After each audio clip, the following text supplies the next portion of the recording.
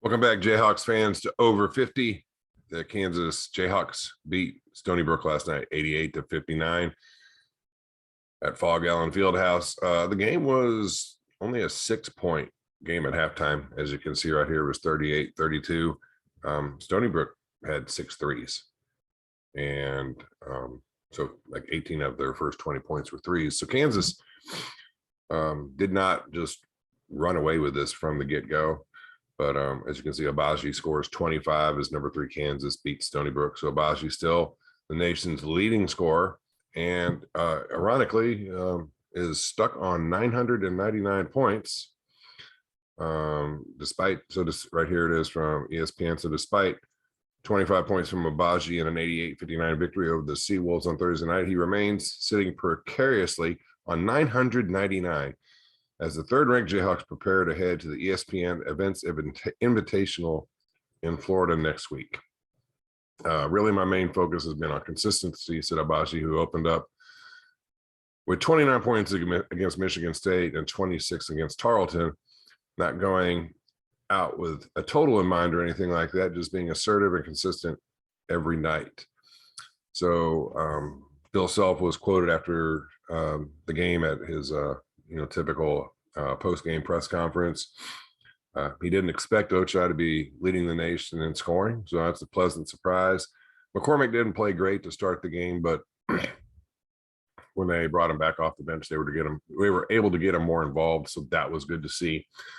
The guards took way too many shots in the first half. Or the guards got way too many shots in the first half. Stony Brook was basically just walking up and getting shots and getting step back threes. And, Bill Self did his typical, before going into halftime, that we're soft and, we have to play better. Before I continue on, if you're new here, please hit the subscribe button. Subscriptions really would help me get things off the ground. I'm trying a new microphone. So if the microphone quality is better than in previous videos, if you would please comment down below, share this video with your friends out there. Please like the video. I guess you could dislike it, but no one's ever going to know. So I'd prefer you like the video. And continuing on, Remy Martin hurt his back and he didn't tell anyone. So I don't know if this happened in practice or in the game. That was something that I was trying to get a feel on. From what I understand, from what Self said, it didn't happen in practice. So evidently he tweaked it during the game. Will Jalen start after the suspension was a question that was asked. My notes here, it's unsure if he'll start, but he is the best at pushing the ball in transition. So I thought that was pretty interesting. Not that 6'8" guys can't push the ball in transition, but Bill Self said that he's the best at it. So I would assume that he's going to see the court once the suspension is up. He's going to have to probably get acclimated and everything.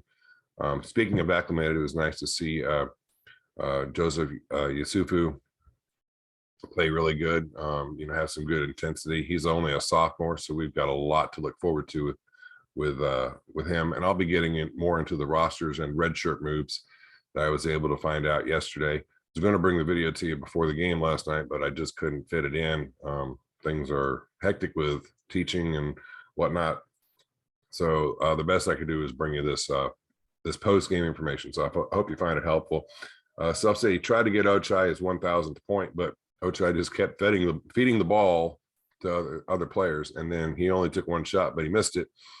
So he's going to have to get, Self wanted him to get that 1,000th point at Allen Fieldhouse, but he's going to have to get it down in Florida. So, he'll get it, but, just not going to be able to get it where Self wanted him to get it. On Yusufu, Self said he loves him and that this is his best game so far, but he's not fully comfortable with the offense. Well, from what I saw, he looked really good. So if this is him uncomfortable, I can only imagine what he would be like when he's comfortable with the offense.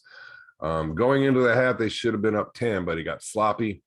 And he said that would cost them games as the season goes on. And I totally agree with him. So that's why you have these tune-up games, and occasionally you get a team that gives you a little bit of a shock. Just thank goodness it wasn't one of those Long Beach State kind of shocks. I think when Seth Greenberg was coaching them many years ago, long before his days at Virginia Tech, when Long Beach State came into Allen Fieldhouse and I think beat number 3 Kansas back then.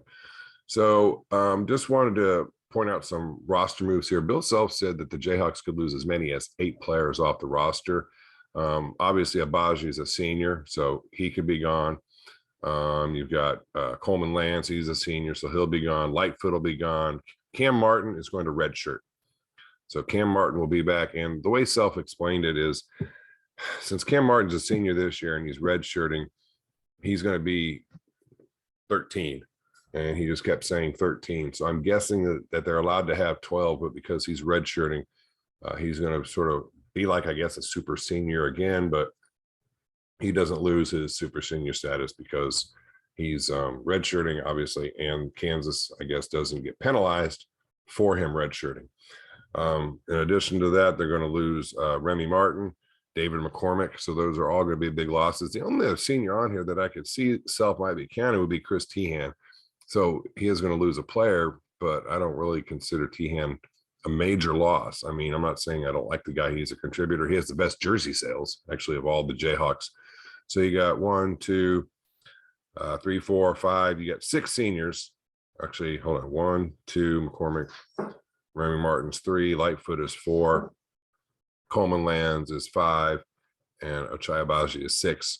Cam Martin is redshirting. So you got 6 seniors that are going to go. And I'm guessing that the possible 8 he might be referring to would be Christian Brown, if Christian Brown has an amazing breakout season and the NBA loves him. And Jalen Wilson is probably gone. I think Jalen Wilson probably could have gone this year, but I think the injuries kind of scared the NBA a little bit. So those are 8 guys that could be lost. So the guys that'll be redshirting, obviously Cam Martin, I've mentioned him. Dylan White, the 6'9", 240-pound freshman out of the power forward out of San Diego, California. He will be redshirting. So that'll be nice to have some size coming back along with Cam Martin.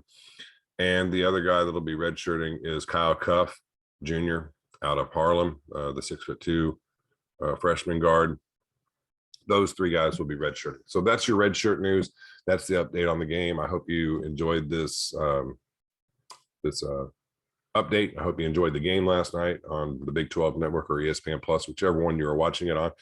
Again, if you're new here, please hit the subscribe button, hit that like button, share this video with your friends out there. Let me know if the sound quality is any better. I'm trying this blue snowball thing, so I'm hoping that it's a little bit better than what I had. And until next time, Jayhawk fans, rock chalk Jayhawk. And as always, don't forget, let's go Brandon.